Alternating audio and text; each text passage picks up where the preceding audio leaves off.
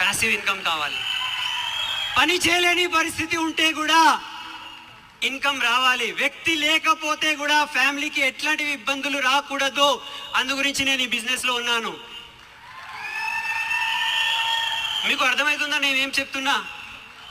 మీరు ఊహించలేరు, రైట్? ఒక భర్త పోతే చిన్న చిన్న పిల్లలు ఎట్లా ఉంటారో మీకు తెలియదు.